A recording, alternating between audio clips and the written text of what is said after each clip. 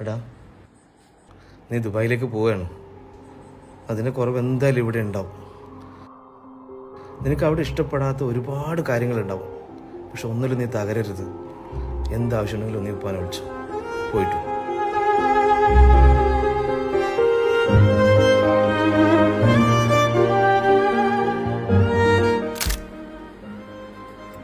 എടാ, ബൈക്കിലെടുത്തിട്ട് പോകുമ്പോൾ ശ്രദ്ധിച്ചു പോകണം കേട്ടോ.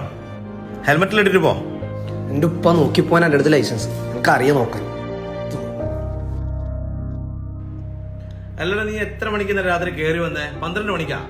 ഉപ്പ ഞാൻ ചങ്ങായിമാർപ്പുറം വേറെ പരിപാടിക്ക് പോയതാണ്. പറഞ്ഞാൽ മനസ്സിലായി. അത് ലേറ്റ് ആവും.